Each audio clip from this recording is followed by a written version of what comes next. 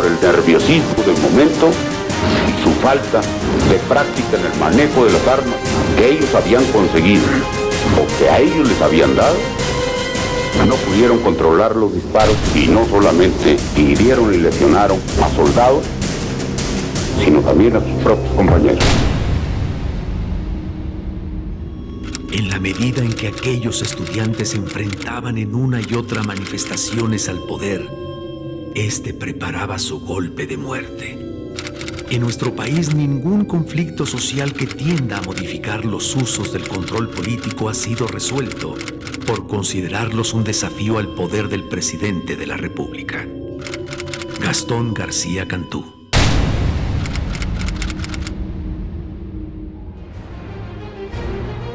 Quizá como ningún otro evento de la historia de México, el movimiento estudiantil de 1968 es más conocido por mitos, mentiras, especulaciones.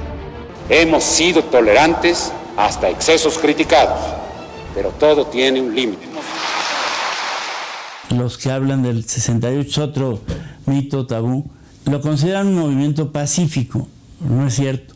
Entre el 26 de julio y el 2 de octubre se incendiaron más de 200 vehículos, patrullas, camiones, trolebuses, todo tipo de vehículos.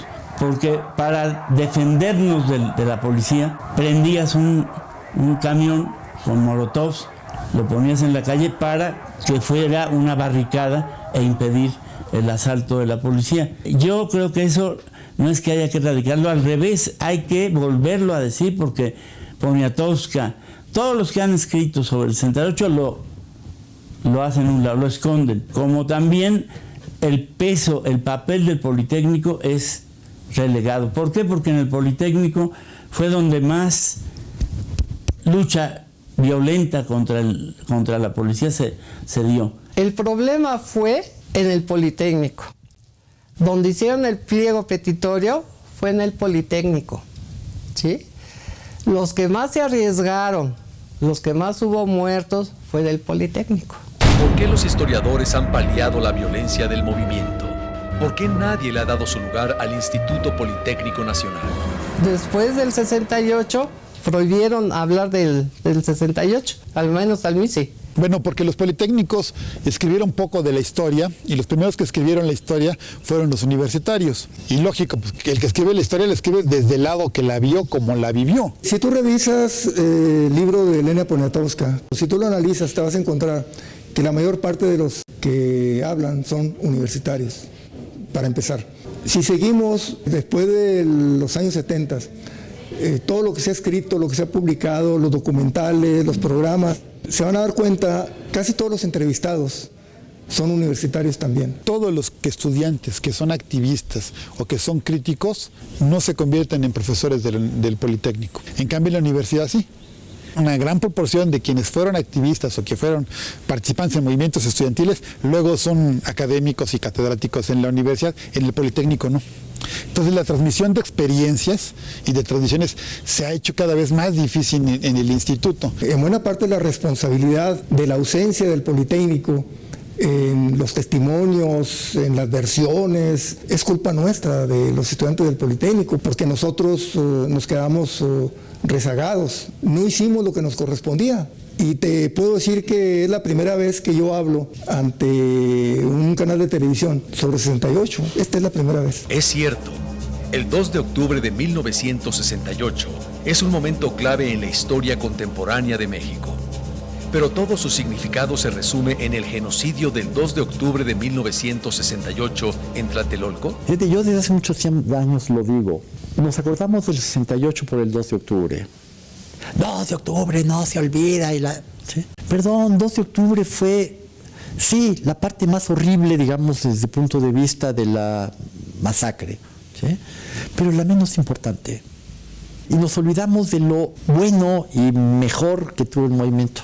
Yo pienso que este movimiento fue de enorme capacidad movilizadora de conciencias, fue un movimiento cultural profundo y generó un reclamo político que trajo implicaciones transformadoras muy importantes a lo largo del tiempo. Y visto a 50 años, creo que es como hay que verlo. Por eso pienso que la conmemoración del 68 no puede reducirse al 2 de octubre, que no hay que olvidar, por lo que fue. Pero el movimiento fue mucho más que eso. El movimiento fue una expresión de gran aliento y de esperanzadora de que podía haber un cambio bueno para el país en términos políticos y quizás sociales. Porque la masacre implica solamente eso, es decir, la violencia de un Estado frente a su población. Pero ¿qué pasa con todo lo demás? ¿Dónde están las experiencias? ¿Dónde están las formas de participación? Y eso creo que es importante recalcarlo porque debe formar parte de la memoria presente, ¿no? O sea, de la memoria de las nuevas generaciones, de aquellas que no estuvieron ahí. El movimiento no fue solo la violencia gubernamental, no fue solo el crimen del 2 de octubre, fue la expresión, la movilización y que viene lo festivo, ¿no?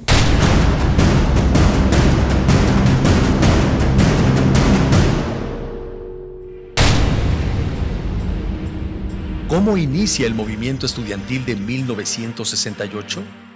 ¿Realmente un pleito callejero puede ser el origen de un movimiento de esta magnitud? Lo cierto es que el 22 de julio de 1968 se enfrentan estudiantes de las vocacionales 2 y 5 del Poli con los estudiantes de la preparatoria Isaac Ochoa Terena incorporada a la UNAM. Es incluso muy chistoso porque es un pleito entre una escuela preparatoria particular y una vocacional. ¿Sí? Distintas situaciones los llevan a pelearse. En mi época de estudiante era natural, por ejemplo, que estudiantes del Politécnico y estudiantes de la universidad se pelearan en la calle. Entonces esto hace que intervengan los granaderos. Y al día siguiente llegaron los granaderos otra vez, pero ahora persiguieron a los estudiantes de la vocacional 5 y de la vocacional 2, pero se metieron a la vocacional 5 y golpearon a maestros y estudiantes dentro de la vocacional. Los granaderos ingresan a la vocacional para pegar a los estudiantes. ¿Por qué? Porque no tienen ningún límite. Tú no puedes protestar porque te viene el macanazo. ¿Sí? No hay derecho de protesta, aunque legalmente esté consignado. Desde luego que no era aceptable que se dieran de golpes en la calle, pero la intervención de los granaderos es demasiado. Es como si el régimen dijera, miren, aquí solo yo puedo decir cuando hay incluso hasta una pelea en la calle. Y esta no la autoricé yo y ahí les van los garrotazos para que aprendan. Es una manera de enseñarles cuál es la disciplina social en México.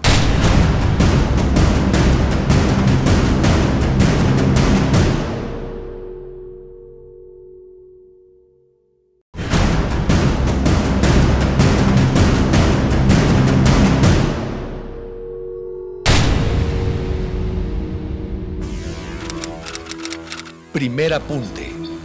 No es el pleito entre estudiantes lo que detona el movimiento. Es el autoritarismo de Estado. Es importante subrayar para este movimiento y para los que vienen, incluyendo el del 68, el sistema autoritario no es ni el totalitario, ni es el sistema democrático y abierto. Es un punto intermedio. No es ni lo uno ni lo otro.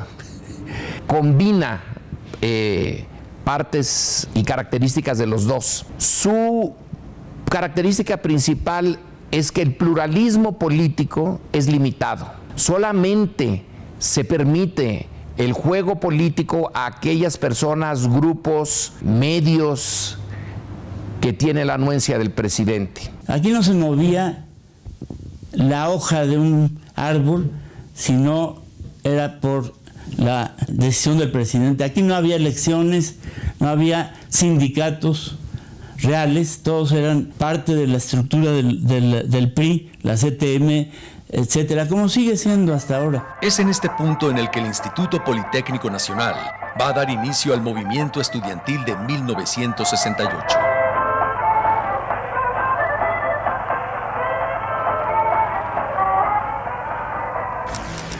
Segundo apunte.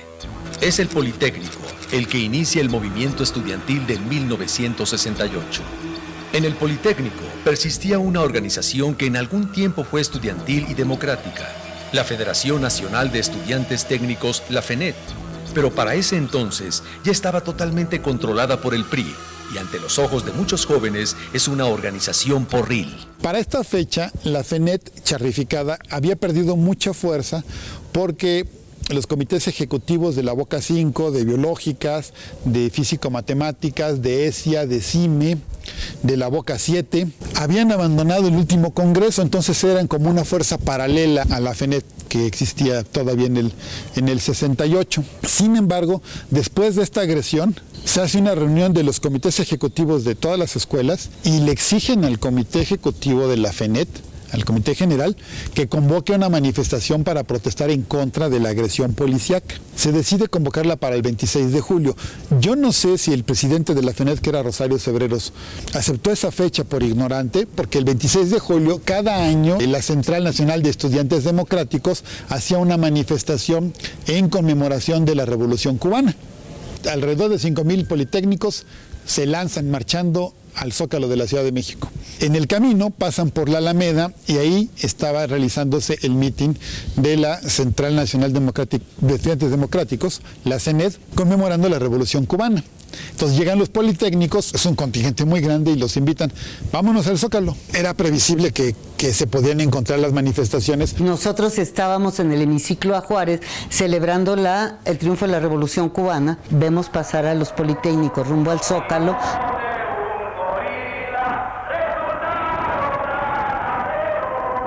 Que el Zócalo, quiero decirles que era un espacio sagrado, que solamente se podía usar para los actos que aplaudían al gobierno.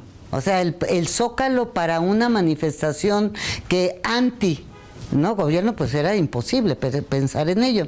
Entonces, cuando vemos pasar a los politécnicos rumbo al Zócalo, bueno, de aquí somos y vámonos, pues a acompañar a los compañeros de politécnicos. Y en el camino, en Madero y Palma, se les atraviesa a los granaderos.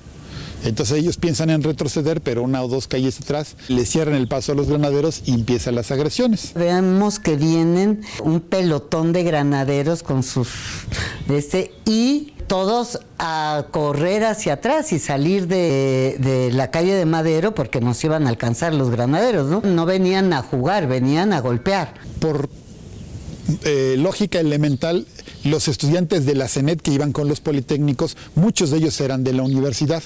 Y lo primero que pensaron es correr a pedir ayuda a la preparatoria de la universidad que está ahí en el centro, que era en la mañana la 1 y en la tarde era la 2. Salen estudiantes de la preparatoria a hacerles el paro a los estudiantes que están enfrentándose con los granaderos, pero como aquellos tenían toletes y estos no, lo que hicieron fue empezar a quemar camiones para tratar de hacer un distractor. Pues íbamos corriendo, yo me acuerdo Alejandro me llevaba de la mano y yo daba saltos así como de 3 metros cada pisada de él y de repente nos metemos a una cerradita en la calle de Madero y nos escondimos y vimos pasar a todo el pelotón de granaderos y es importante señalar, porque es una práctica que continúa, atrás de ellos venían chavos quebrando vidrios, sacando vitrinas, etcétera, etcétera. Al siguiente día era así como los vándalos estudiantiles. Esa misma noche del 26 de julio y madrugada del 27, se declara la huelga en el Instituto Politécnico Nacional. Mientras esto pasaba, otros estudiantes corrieron al casco de Santo Tomás, que sí está lejos del Zócalo, pero no tanto. Llegaron y empezaron a informar en las escuelas. En la Escuela Superior de Economía, en ese momento se estaba llevando a cabo un festival en conmemoración de la Revolución Cubana.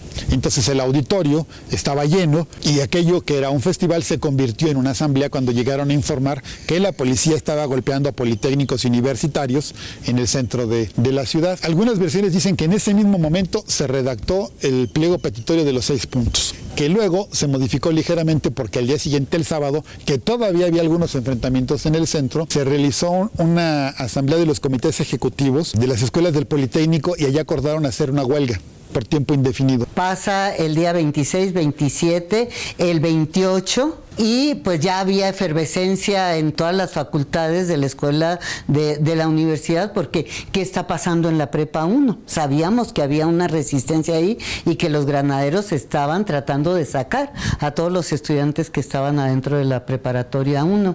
El domingo se hace una reunión ya de los comités ejecutivos de los estudiantes del Politécnico con los activistas y dirigentes de la universidad en primer lugar, y en parte también de la Normal Superior y de la Nacional de Maestros. Si no me equivoco, estuvieron compañeros de Chapingo. Y ahí acordaron generalizar la huelga a todos los centros educativos que fuera posible. 2 o 3 días después se funda el Consejo Nacional de Huelga. Entonces fíjate nada más, en ese momento estudiantes del Politécnico y estudiantes de la universidad se encuentran. Muy poco frecuente, digamos, que los grupos se encuentren, decidan participar, decidan unirse, cuando han estado por años separados y en una rivalidad permanente. Y ven que tienen problemáticas comunes, que sus diferencias han sido exacerbadas, digamos, por el propio sistema para mantener a las dos instituciones distintas. Y entonces, bueno, eso fue lo que provocó toda esta situación. El 68 unió por primera vez a los estudiantes de 2 grandes instituciones, las 2 instituciones más grandes de este país, Politécnico, Universidad. No había antecedentes de algo así. Este es un valor muy grande que tenemos en la historia. Tercer apunte. La juventud estudiantil unida en contra del autoritarismo. El lunes 29 de julio se recrudece la violencia en el centro histórico. En torno a la preparatoria 1, los estudiantes hacen retroceder al cuerpo de granaderos. Casi toda la noche, hasta que el ejército llegó ya avanzada la noche, una de las cosas con las que según ellos pusieron orden es dándole el famoso bazucazo a la puerta de la entrada de la preparatoria y deteniendo un montonal de estudiantes. No solo se hacen detenciones en la Prepa 1, hay redadas en diferentes escuelas del Politécnico y de la universidad. Íbamos llegando a la Escuela de Filosofía y Letras cuando viene un aviso de que viene el ejército a tomarse o sea, acababan de tomar la Prepa 1, no era muy descabellado inferir que llegaran a la universidad. Entonces, pues, vámonos todos, ¿no? Vamos a salirnos. Empezamos a salir hasta que llegamos a Tlalpan. Y entonces dije, pues, ya estamos a salvo, ¿no? Nos cierran, ¿no? Un convoy. Estos sí eran policías, ¿no? De la Ciudad de México, me imagino. O ya ni me acuerdo si era ejército o algo, porque sí fue, la impresión fue impactante. Unos riflesotes, eso sí me acuerdo de las armas. Y bájense todos, ¿no? Entonces ya nos separaron a los hombres, se los llevaron en un coche, a nosotras en otro coche, y a Tlaxcuaque. ¿Cuál sería nuestra sorpresa? Estaba un salón muy grande y ahí todos los que íbamos saliendo de incógnitos estábamos ahí detenidos, ¿no? Fue una redada bastante grande. Yo me acuerdo que a un joven que estaba sentado a un costado mío le dijeron que pasara al frente, le pusieron un arma en la mano y le empezaron a sacar fotos. Yo me le quedé viendo así con un odio al reportero y en eso sacó la foto. Fue la que apareció después de que esta muchacha también andaba en la bola, ¿no? La prensa era absolutamente vendida, que fue uno de los lemas que gritábamos en las manifestaciones: prensa vendida y la libertad de expresión, porque en ese tiempo no se podía tocar ni con el pétalo de una rosa, no solamente al presidente, ¿no? Sino a ningún funcionario público. La prensa vendida. La sociedad mexicana en silencio ante los hechos de violencia que sufre su juventud. Todos los diputados, todos los senadores, todos los gobernadores, todos los presidentes municipales, todas las cámaras de empresarios, todos los sindicatos, todos apoyaron al gobierno. Y en medio de este desierto de indiferencia aparece una voz institucional que se hace escuchar. ¿Cuál fue el único que no se sumó a eso? Barrosierra. Le llamaron a algunos, con todo derecho, el rector de la dignidad. Y eso que venía de ellos. Barrosierra había sido presidente de ICA, la empresa esta de construcción. Había sido secretario de Comunicaciones y Obras Públicas, que estaban juntas entonces. Había sido director del Instituto Mexicano del Petróleo. Y de ahí, en 66... lo nombraron rector. ¿Qué es lo primero que hace Barrosierra al enterarse de lo a su caso? Poner en Ciudad Universitaria la bandera media asta. Se violentó la autonomía.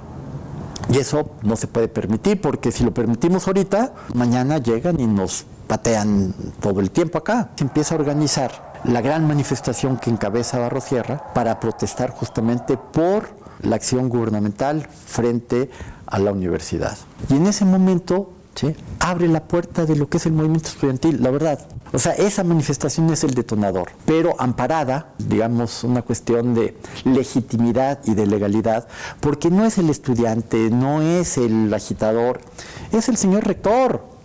Y eso es algo que no se había visto en este país. El 1 de agosto se reúne una gran multitud de personas, no solo de estudiantes, a la marcha a la que convoca el rector de la Universidad Nacional Autónoma de México. Que se juegan en esta jornada no solo los destinos de la universidad y del Politécnico, sino las causas más importantes, más entrañables para el pueblo de México. El 1 de agosto, después de la manifestación, nunca voy a olvidar que yo pensé que mi vida había cambiado. Será también para nosotros un motivo de satisfacción y orgullo que estudiantes y maestros del Instituto Politécnico Nacional, codo con codo, como hermanos nuestros, nos acompañen en esta manifestación. Tuvimos que encabezar la marcha de protesta ante el gobierno mexicano y ante toda la comunidad en general, a nombre de la comunidad universitaria y de todas las instituciones de educación superior, porque habían violado la autonomía universitaria con motivo de que con una bazuca un cabo del ejército tiró una puerta de la Universidad Nacional Autónoma de México con el afán de seguir persiguiendo a los estudiantes. Mi emoción era porque había sido parte de algo masivo que había dado un campanazo en mi conciencia. Y ahí sentí que Jesús Vargas había cambiado. Afianzaremos no solo la autonomía, la libertad de nuestras casas, de nuestras casas de comunicación, sino contribuiremos fundamentalmente a las causas libertarias de México. Vamos pues, compañeros, a expresarlo y no necesito repetir una vez más que estemos alertas sobre la actuación de posibles provocadores. Yo creo que vale la pena reconocerle al rector la defensa de la autonomía universitaria y el respeto a las instituciones educativas y él haber encabezado la acción pacífica, no revolucionaria de los estudiantes, como la marcha que tuvimos el 1 de agosto, que dio una muestra de civilidad, una muestra de presencia, de orden, de respeto a la sociedad y a las instituciones. Yo creo que no le han hecho el reconocimiento que debía Barros Sierra.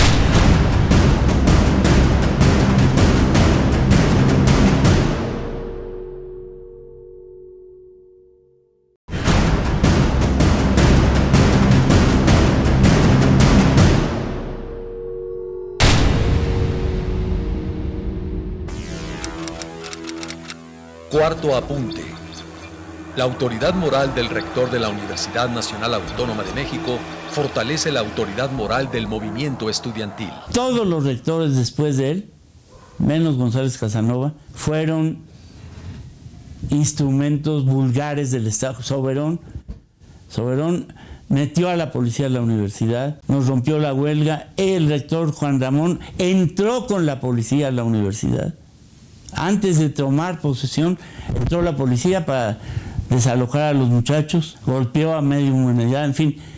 El rector Barros Sierra es un hombre muy importante. Yo creo que es el hombre más importante del siglo XX mexicano. Así me atrevo a decir. Más que Cárdenas, porque este se enfrentó al poder. Cárdenas era el poder. No, es de una entereza, es un ejemplo, ¿no? Esa medida del movimiento se fue convirtiendo en un punto de atracción de todos los problemas que tenía este país. No solamente estábamos los que íbamos marchando, estaba en las orillas de las calles el pueblo, y el pueblo nos estaba apoyando. El pueblo estaba sintiendo que nosotros éramos una esperanza para buscar una solución de todos los problemas de este país. Después del 1 de agosto yo ya no pensaba en los estudiantes que han sido reprimidos en San Ildefonso, en la vocacional 2, en la vocacional 5. Yo cada vez estaba pensando más en los campesinos, en los obreros, en la falta de democracia, en la violencia que se había ejercido contra los ferrocarrileros, contra los copreros, contra los electricistas. El movimiento deja de ser lo que fue en su origen y nosotros lo estábamos entendiendo. Y el pliego petitorio, la verdad es que ya había sido rebasado. Lo que nosotros ya estábamos pensando era en un cambio. No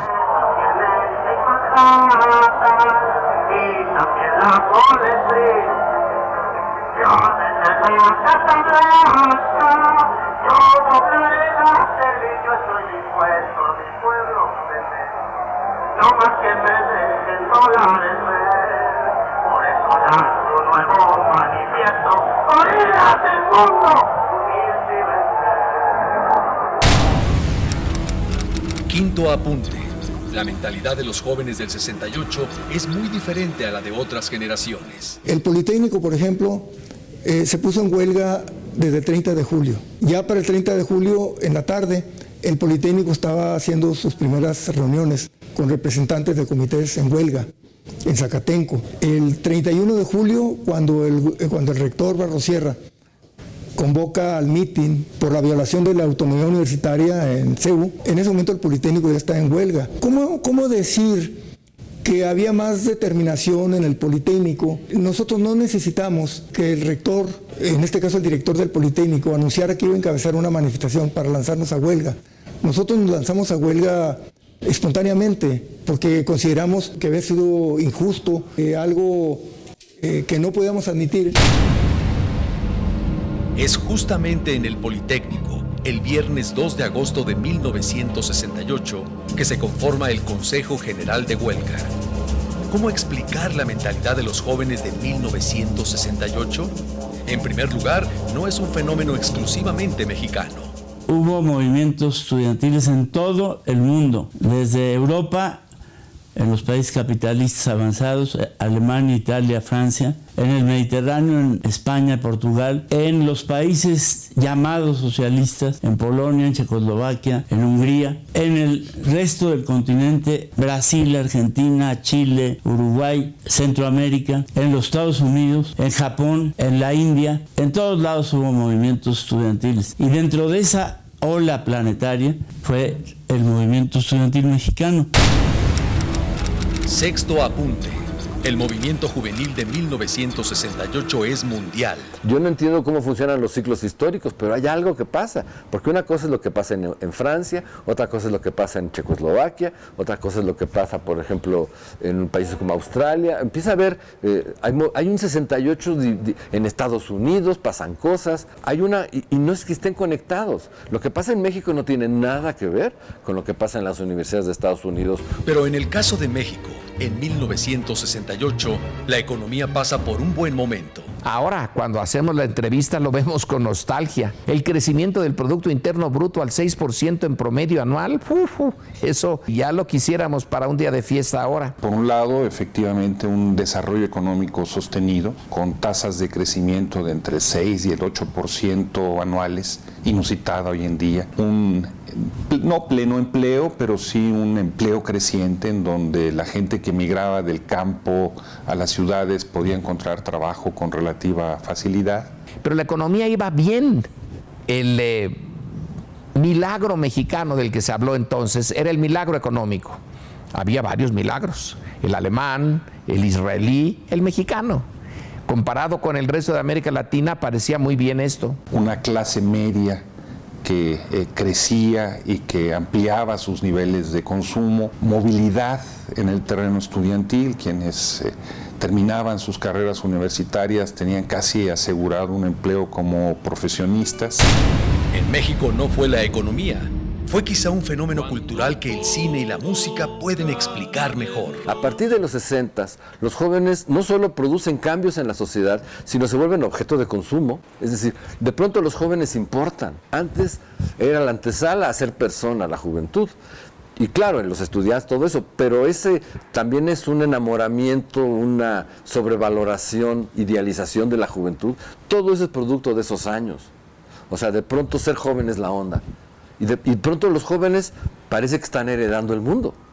Cuando los Beatles dicen somos más famosos que Jesucristo, de alguna manera hay esa actitud, están infladísimos, porque de pronto tienen un poder increíble. Puedes tener 20 años, 19 años y tener un poder internacional de algún tipo. Hasta antes de los 60s, la juventud no importaba socialmente. La juventud era el estado previo a ser persona. Eso nunca antes había sucedido. Eso es un cambio importante que participe en el espíritu del 68. Fue el producto de una rebelión mundial en contra del poder en la escuela, del poder familiar.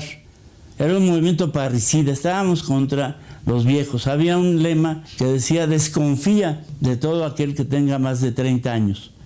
Fue un movimiento que se nutrió de lo que aquí llamaron los rebeldes sin causa, de los años fines de los 50, con Presley, con Ricardito, con el movimiento de jóvenes en todo el mundo, de Jim Zinn, del cine de los rebeldes sin causa. Y comenzó como una revuelta contra los padres y después se convirtió paulatinamente en un movimiento contra el poder de la escuela, las rectorías, los directores, etcétera, contra el poder del Estado, contra la policía, contra el gobierno. El 68 fue un movimiento contra el poder. No buscaba el poder, era un movimiento contra el poder. Séptimo apunte. Los jóvenes luchan por su libertad e independencia frente al poder. Pero más allá, digamos, de todas estas expresiones, hay transformaciones profundas en la sociedad mexicana. No nos podemos explicar la lucha por la liberación femenina al margen del movimiento de 1968. Eso es fundamental. El papel de las brigadistas, el papel de las mujeres, la libertad que vivieron en ese movimiento, pues luego se iba a trasladar a las familias, a los trabajos, al resto de su actividad. Ahí el movimiento de liberación femenina tiene un gran boom fundamental. O sea, las brigadas teatrales que andábamos en los camiones, en los mercados, haciendo teatro, precisamente a favor del movimiento, las brigadas de volanteo. Dentro de estas brigadas de volanteo pues estaba la aportación de todos los estudiantes de la Academia de San Carlos, de la Escuela de Artes. Cuando estaba ya en quinto, sexto año de primaria, mi papá me llevaba a las ferias de la industria en el Auditorio Nacional. Yo tenía 14 años y me llamó mucho la atención la maquinaria que es el torno, la fresadora, la rectificadora, todo eso. Y me gustaba el olor que soltaba la viruta del fierro. Ya cuando salí de la primaria le dije a mi papá que yo quería estudiar para mecánico. Dice mi papá, ahora tienes que estudiar la vocacional. Bueno, pues estudié la vocacional y ahí ya tenía yo mis talleres de electricidad y de máquinas herramientas. Y después de ahí me dice, pues te vas para la ESIME. No, le digo, es que a mí me gusta más lo práctico que lo teórico. Busqué en varias escuelas, busqué para mecánico industrial, que hubiera más práctica, y encontré la Wilfrido Massieu. Entonces le llevé todos mis ejercicios al director y que pues no me aceptaban en ninguna escuela, porque era para puro varón. Entonces yo era mujer. Y yo le dije, no, pues yo puedo y aquí está lo que yo he hecho. Y entonces sí me aceptó el director, pues ya me quedé ahí a estudiar para mecánico industrial. Fui la primera mujer allí en la escuela y la primera mujer que salió de mecánico industrial y se tituló. Yo, por ejemplo, de la prepa en Chihuahua, digo, quiero estudiar en ciencias políticas, llego a México con permiso, ¿dónde me inscribo? Y me inscribo sin ningún problema a ciencias políticas, igual para todas las mujeres y los hombres que quisieran hacer. No había, o sea, el sentido de escasez y de limitación no se advertía. Entonces, sí ayuda el despertar de la conciencia. Yo creo que es un plus, el movimiento es un plus en ese acceso que estamos teniendo las mujeres a todos los espacios, y en el movimiento, en las marchas, las mujeres pues ahí estamos, quizás no de manera mayoritaria, pero estamos viviendo una época de oportunidades para las mujeres.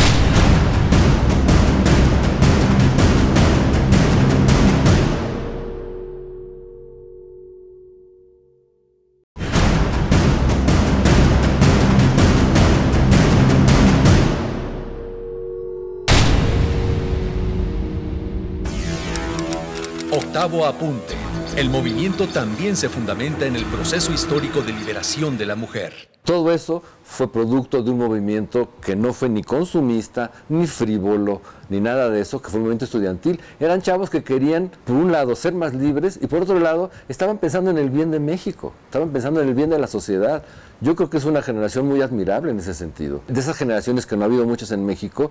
Cambian alrededor de ese mismo movimiento las prácticas sexuales, hay mucha mayor reconocimiento a la lucha por la diversidad y hay una reivindicación también muy clara, la necesidad de luchar por la vida individual, por otro tipo de valores, en contra de la asfixia del autoritarismo. Tienen un espíritu de hacer las cosas porque está bien para México, para la gente, para los estudiantes, para la sociedad, para sus familias, en un sentido constructivo. Yo creo que eso es la principal lección del 68. Hemos apuntado cómo el movimiento estudiantil de 1968 no puede explicarse con simpleza por el hecho anecdótico de un pleito entre escuelas que fue reprimido. Hubo una agresión desproporcionada y autoritaria por parte del Estado contra jóvenes y académicos del Politécnico. Pero lo notable es la actitud de los estudiantes, entre otras cosas porque se organizaron. Supieron organizarse y organizarse muy bien de tal manera que no fuera posible cooptarlos. ¿Cómo se relaciona el gobierno con los movimientos que lo retan? Por dos vías. Cooptación de los líderes, es decir, se les compra de alguna manera, y la represión. Con los estudiantes no se podía cooptar. Estaban organizados de tal manera con sus asambleas que si algunos de los líderes se veían, digamos, muy flexibles frente al gobierno, los destituían. Entonces eran muy independientes. Era un movimiento hecho para que la parte radical siguiera viva y ordenando. ¿Es el autoritarismo del Estado una primera clave para entender el movimiento estudiantil de 1968? Bueno, el Politécnico sufrió mucho durante el 68 porque desde fines de agosto, pero sobre todo después del informe presidencial de Díaz Ordaz, la represión fue violentísima hacia los politécnicos, en particular contra la vocacional número 7 que estaba ahí en Tlatelolco. Y después, el 23 de septiembre, otra vez 23 de septiembre, es atacado primero por la policía y los granaderos, el casco de Santo Tomás, de manera que cuando viene la represión del 2 de octubre, los estudiantes del Politécnico no tienen su escuela, está el ejército ya también ha tomado control de Zacatenco, entonces no hay dónde reunirse, no hay dónde refugiarse. No me extraña la actitud del gobierno, sobre todo con un presidente tan conservador y autoritario como Díaz Ordaz, que venía de la Secretaría de Gobernación. Pues muchos compañeros quedamos mal psicológicamente. Yo hasta la fecha sigo en tratamiento, tanto de depresión como los nervios. Dijo, mira, ¿cómo me pongo? No, mano. Es el Instituto Politécnico Nacional el que echa a andar la maquinaria de la movilización estudiantil. Pero muy pronto se unen a esta lucha universitarios no solo de la Universidad Nacional Autónoma de México, sino de otras instituciones y de otras ciudades de la República. Son los jóvenes contra el sistema, en un ambiente institucional totalmente controlado por el PRI y por el gobierno. Destaca la figura de Javier Barros Sierra, que refuerza la dignidad moral del movimiento estudiantil con la marcha del 1 de agosto. Barros Sierra también era un hombre duro. Un día nos dijo, en una huelga de 67, cuando tomamos la Facultad de Economía en contra de la imposición de la directora, que era Ifigenia Martínez, fuimos a verlo y nos dijo, yo no sabía qué significaban, creí que eran palabras que él había improvisado. Dijo, hay tiempos de hablar y golpear, y tiempos solo de golpear. Supe después que es una frase tomada de la Eclesiastés de la Biblia, pero nos estaba diciendo, escojan, hablamos, órale, hablamos y golpeamos, y si no entienden, pues solo golpeamos. Era un hombre singular, impresionante, era un hombre que medía casi 2 metros, con una figura muy impresionante. Fue el gran aliado del 68. El contraste, el director del Politécnico no dijo una palabra. El rector tuvo los pantalones, les continuó pagando su salario a los maestros, mantuvo a los estudiantes inscritos, incluso después en la cárcel seguían estando inscritos en la UNAM, y reconocía los exámenes que hacían los compañeros en Lecumberri. Bueno, entonces vino la represión, los muertos, todo. El día 3 de octubre, Ciudad Universitaria era un cementerio. De las miles de gentes que estábamos ahí en las asambleas, en los mítines, había cuando mucho una docena de chavos. Estábamos ahí en un silencio sepulcral, como si fuera una tumba.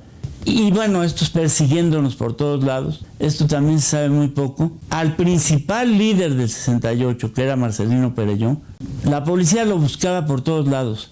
Y a Marcelino Perelló pues no lo iban a encontrar nunca. Estaba escondido en el 6º piso en la oficina del rector Barrosierra. Sin Barrosierra, vuelvo a decirlo, nos hubieran matado el 2 de agosto. La mentalidad juvenil es otra clave para entender el movimiento.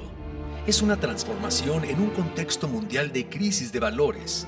Es tanto una lucha generacional contra valores caducos y viejas estructuras sociales a todos los niveles, familiares, escolares, políticos, donde destaca la oposición al poder autoritario y el contexto de la liberación de la mujer.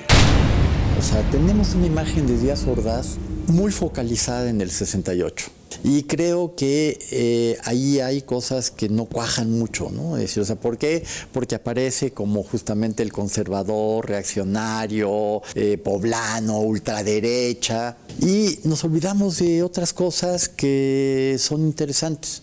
Por ejemplo, después del gobierno de Lázaro Cárdenas, el gobierno que más tierras repartió fue el de Díaz Ordaz. Es decir, es un presidente agrarista, digo, con todas las limitaciones que se quieran, digo, no estoy comparando a Cárdenas con Díaz Ordaz, pero es un presidente agrarista. Díaz Ordaz es un aparato típico del priismo, es abogado, poblano, supongo yo que religioso, autoritario. ¿Por qué llega presidente? Pues porque cumple todas las etapas, todo el cursus honorum de un priista. Claro, no todos los priistas que lo cumplen llegan a presidentes, pero el que llega a presidente debió cumplirlo. Pero en muchas cuestiones, de verdad, el de Díaz Ordaz tuvo más, no digo de izquierda, pero posiciones bastante progresistas en algunas cuestiones, pero evidentemente con una cuestión de autoritarismo también muy grande, que explotaría justamente en el 68. Noticia que te simbra, que te deja en una situación de indefensión y de frustración, de ver cómo una movilización, una actitud libertaria como la que se estaba viviendo es reprimida de la manera más brutal y poco humanista por parte del poder. Y entonces crece el odio contra el sistema, contra la imagen del presidente. De Díaz Ordaz es el personaje más repudiado, yo creo. Pero este autoritarismo que Díaz Ordaz, digamos, utilizó contra el movimiento estudiantil, también en buena medida lo usó contra los sectores patronales. Entonces, insisto, hay que ver las dos caras de la moneda, porque si no aparece, digamos, otra vez de nuevo un tipo de extrema derecha casi que se opone a los estudiantes. No, era el propio régimen el que era autoritario, pero es un régimen autoritario que ya empieza a hacer agua por muchas partes. O sea, Díaz Ordaz es un presidente que pasó a la historia como el que mató a los estudiantes en 68, punto. Si inauguró carreteras o hizo las Olimpiadas, nadie se acuerda de él por eso, se acuerda por el Tlatelolco. Entonces, nosotros tenemos una cuestión de que 68 es un parteaguas entre el viejo México y el nuevo. ¿Sí? Bueno, pero 68 no es generación espontánea. Lo principal de todo era la libertad. Por eso yo creo que el movimiento estudiantil mexicano fue un movimiento libertario. No era un movimiento socialista, ni comunista, ni castrista. Era un movimiento por la libertad. Son todos estos procesos sociales fundamentos del movimiento estudiantil de 1968. Y sin embargo, solo es la punta del iceberg. Pero de lo que estoy más orgulloso de esos 6 años es del año de 1968, porque me permitió servir y salvar al país. Les guste o no les guste, con algo más que horas de trabajo burocrático, poniéndolo todo: vida, integridad física, horas, peligros, la vida de mi familia, mi honor el paso de mi nombre a la historia. Todo se puso en la balanza. Afortunadamente, salimos adelante.